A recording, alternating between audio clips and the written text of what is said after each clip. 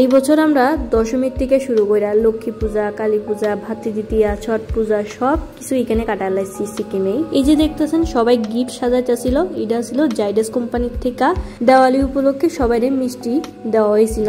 আর এই মিষ্টির প্যাকেটগুলো একজনের দ্বারা কোনোদিনই সম্ভব না যে শেষ করা, কারণ সবগুলো ছিল অনেকটাই মিষ্টি। তো আমরা সবাই লগে শেয়ার টেয়ার কইরা খাইলাম। So hey everyone, welcome to my blog.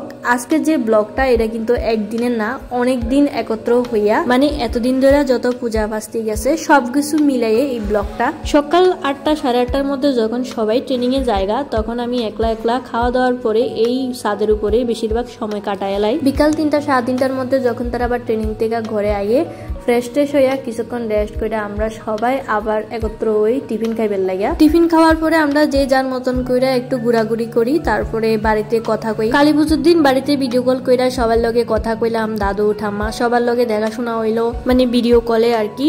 আর এখানে সবাই বাজি ফটকা ফোড়াইতেছিল, এটাই আমরা দেখতেছিলাম ছাদের উপর থেকে। কালী পুজোর পরে আইছে ছট পূজা, আর এখানে ছট পূজা বেশ আনন্দে ফুর্তি কইরা বানায়, কারণ এখানে বেশিরভাগ মানুষ আমরা যে জায়গাতে থাকি বিহারি, তো বিহারিরা অনেক ভালো করে ছট পূজা মানায়। এখানে আমরা যেখানে থাকি এর সামনে একটা বড় একটা মাঠ আছে, ওইখানে সবাই বাজি ফটকা যত কিছু আছে এখানে ইয়ে করে।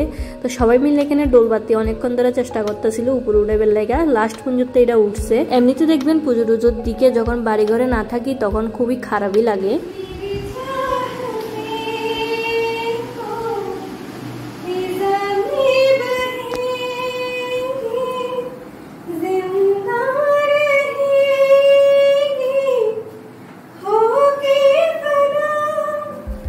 আমরা গ্রুপের দুর্গা কিন্তু বেশ ভালোই গান গায়। ওই দিন কিন্তু আমরা ডিসাইড করছিলাম সবাই মিলিয়া বুলবুলিয়া 3 মুভিটা দেখমু, এমনকি আমার মোবাইলে ডাউনলোডও করা হয়েছে, কিন্তু আমরা সবাই মিলিয়া দেখা হইল না। 3-4 জন মিল্লা দেখছি, আর বাকিরা দেখছিও না। রাত্রেবেলা ডিনার রেডি হওয়ার ফাঁকে ফাঁকে আমরা এইসব পাগলামিও করি থাকি মাঝে মধ্যে। আর আমি অনেক দেখছি গ্রুপের মধ্যে একটা সিরিয়াস বান্দা থাকি, যতই পাগলামি করবো করক, বাকিরা কিন্তু হ্যাঁ সবসময় সিরিয়াস মোড়ে থাকে। এবার আপনারাই গেস করেন আমরা গ্রুপের মধ্যে সবচেয়ে সিরিয়াস বান্দা কে। আর ডেইলি রাত্রেবেলা খাওয়া দাওয়ার পরে ভান্ডা বাসন ধোয়ার বেলা কেউ নাই, মানে কেউ রে তোকায় পাই না। ওই দিন আমি গীতা করছি ভিডিও কইরা সেরা সবাই দিছি বকা গ্রুপের মধ্যে। এর পরের দিন থেকে সবাই খাওয়া দাওয়ার পরে ভান্ডা বাসন ধুইবার লাগে হুলুস্তুল লাগে জায়গা। মাঝে মধ্যে বড়রার গালি না শুনলে ছোটরা কিন্তু মানুষ হইতে চায় না। আর এর মধ্যে একটা আমরা সুখবর পাইয়া গেছি, আর সুখবরটা হইলো কিছুদিন আগে আমরা ত্রিপুরাতে ফার্মাসিস্ট পোস্ট নেওয়া হয়েছিল, ওইখান থেকে আমরা গ্রুপে একজনে লিস্টে নাম আইছে। তো তারে সবাই কংগ্রাচুলেশন করবার লাগেই আমরা এই কেকের আয়োজন করছিলাম। কিন্তু রুহেল কোনো মতেই স্যাটিসফ্যাকশন পাইতাছিল না, কারণ যতক্ষণ পর্যন্ত অফার লেটার হাতে না আয়ে ততক্ষণ পর্যন্ত শান্তি নাই। তো আমরা তবু এখানে হেরে কংগ্রাচুলেশন জানাবার লাগেই আমরা এই জিনিসটা করছি, কারণ এরপরে আমরা সবাই মিলে হয়তোবা দেখা হইতো না। ওই দিন কিন্তু আমরা ঘরে বড় ধরনের একটা পার্টিও আছিল, আর এই পার্টিটা কিন্তু একলা রুহেলে দিছে না, এটা আমরা সবাই মিলেই করছি। পার্টি বলতে তেমন কিছু না, একটু ভালো মন্দ খাওয়ার আর কি। আর তাছাড়া তো রুহেলের পক্ষ থেকে একটা পার্টি পেন্ডিংই আছে, এটাও অনেক তাড়াতাড়ি দিব, শুধু অফার লেটারটা অপেক্ষা রয়েছি আমরা।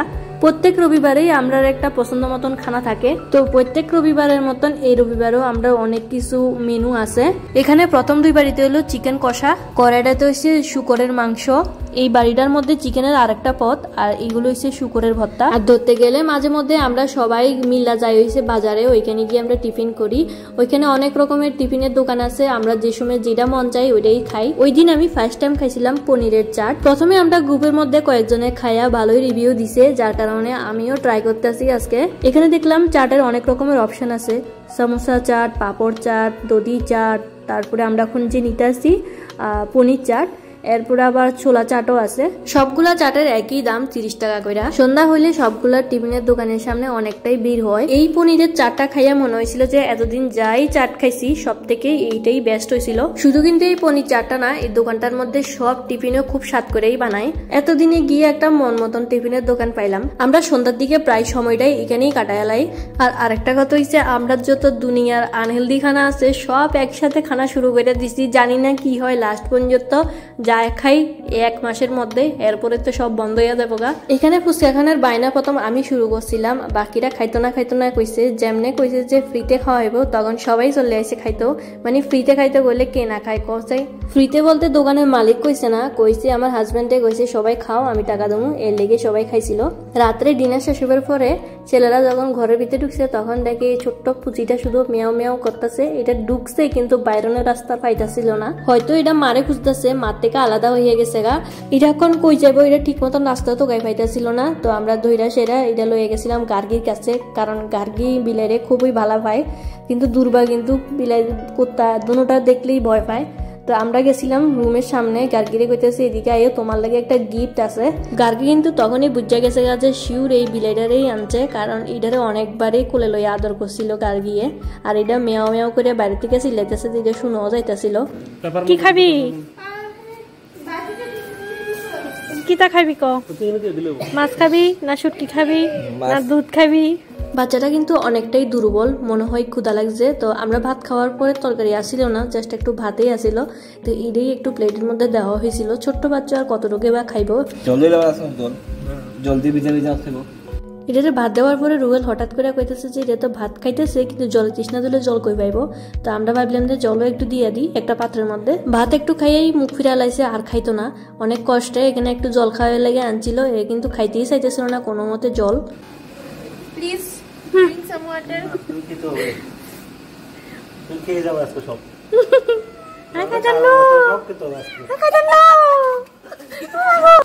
দিক দিবা আচ্ছা, tata, good night, good night, good night.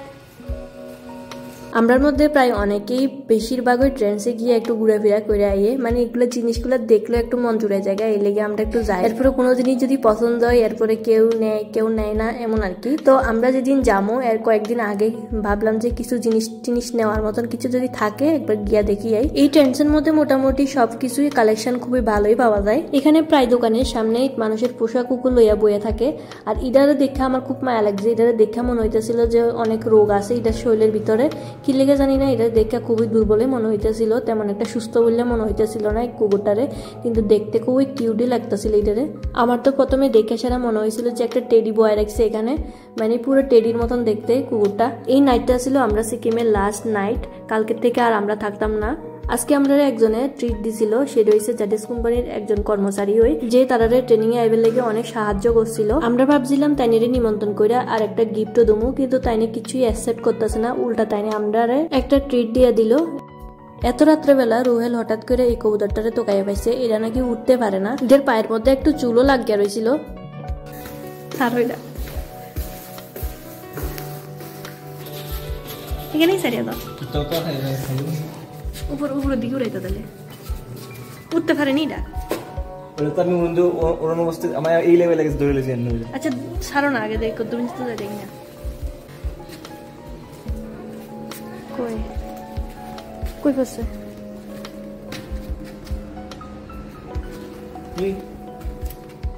উঠতে পারে না বোধ হয়, এটা তো চিন্তা, উপরের দিকে উঠে দিলে ভালো আছিল।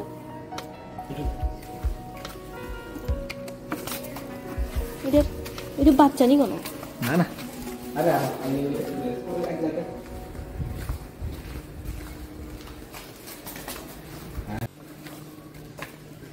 উপরের দিকে উঠাইলা কোনো নেই, উপরের দিকে উঠাইবা খাইলে বিলে ডিলে তো ধরে লেতে পারবো খুব সহজে।